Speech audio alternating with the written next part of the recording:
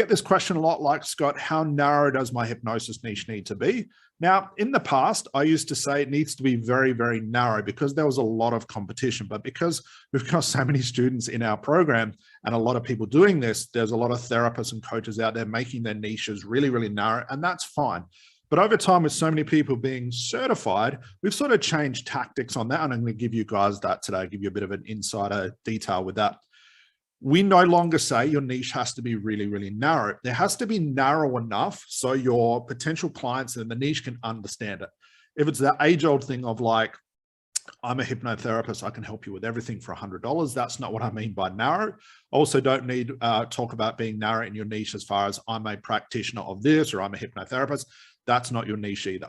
The way that we look at it now is your niche just has to be narrow enough for the market to understand it. Then what you can do is we now use our content to fill in all the gaps. And what this allows our students to do here is find those blue oceans, to find those niches that are going to be very profitable without a lot of competition.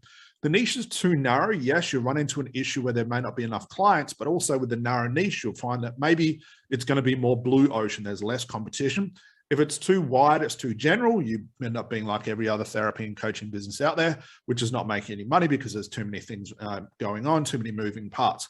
So what I recommend people do from now, what we teach our students in a 100K coaching program, go narrow enough so your market understands it, okay, but not too narrow, and you can use your content to fill in all the gaps.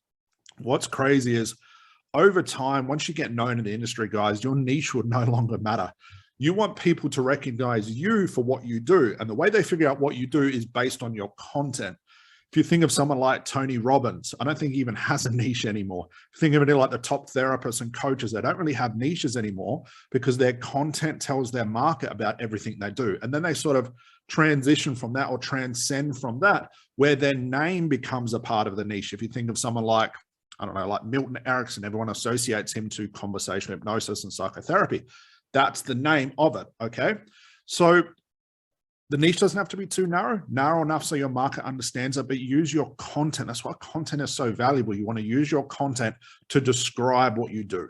So really in saying this, your niche can be now a little bit wider than what it would be in the past, and you use your content over time to supersede what your niche is and have clients understand what you do based on your content. That's the idea evolution for any good therapist or coach.